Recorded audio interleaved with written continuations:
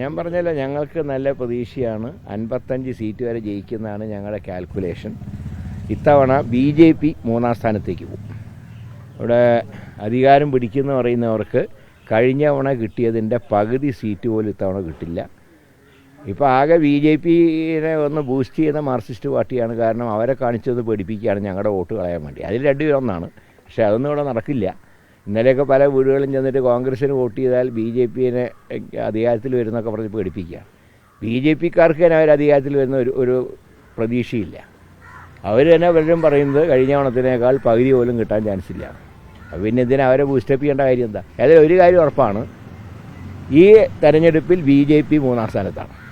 രാഹുൽ മാങ്കൂട്ടത്തിൻ്റെ ഇതൊക്കെ തിരിച്ചടിയാവില്ലേ കോൺഗ്രസ്? രാഹുൽ മാങ്കൂട്ടമൊക്കെ ഏത് മാങ്കൂട്ടം ഞങ്ങളുടെ പാർട്ടിയിൽ നിന്നൊക്കെ എന്നെ എടുത്തു കളഞ്ഞു. രാഹുൽ മാങ്കൂട്ടം എന്നൊരു പ്രശ്നമൊന്നുമല്ല.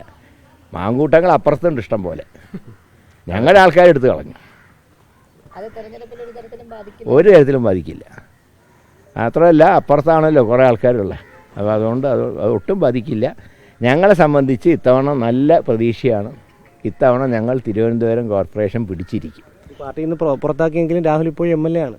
അത് ജനങ്ങൾ തീരുമാനിക്കട്ടെ. ഞങ്ങളെ സംബന്ധിച്ച് പുറത്താക്കി കഴിഞ്ഞാൽ പിന്നെ വിപ്പ് കൊടുക്കാൻ പോലും കഴിയില്ല.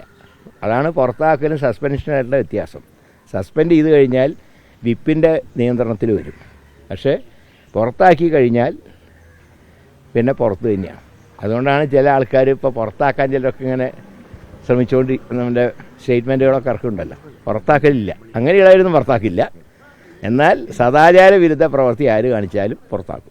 പക്ഷേ എന്തുകൊണ്ടാണ് KPCC പ്രസിഡന്റ് പോലും ഈ വിഷയത്തിൽ MLA സ്ഥാനം രാജിവെക്കണം എന്നുള്ളൊരു ആവശ്യം മുന്നോട്ട് വയ്ക്കുന്നത്? ഞാൻ ചോദിക്കാൻ, പുറത്താക്കിയ ആളോട് പിന്നെ പറയുകയാണോ? പിന്നെ ആൾ വിളിച്ച ആളോട് പിന്നെ ഒരു കമ്മ്യൂണിക്കേഷൻ ബന്ധവുമില്ല. പിന്നെ സ്പീക്കറാണ് മറ്റ് കാര്യങ്ങളൊക്കെ തീരുമാനിക്കട്ടെ. ഏതായാലും വിധി വരട്ടെ. അതിജീവിതയ്ക്കൊപ്പമാണ് സമൂഹം എപ്പോഴും. അത് കോടതിയുടെ അനുകൂലമായിട്ട് അതിജീവിതയ്ക്ക് അനുകൂലമായിട്ടുള്ള വിധി വരുന്നതാണ് എല്ലാവരും പ്രതീക്ഷിക്കുന്നത്.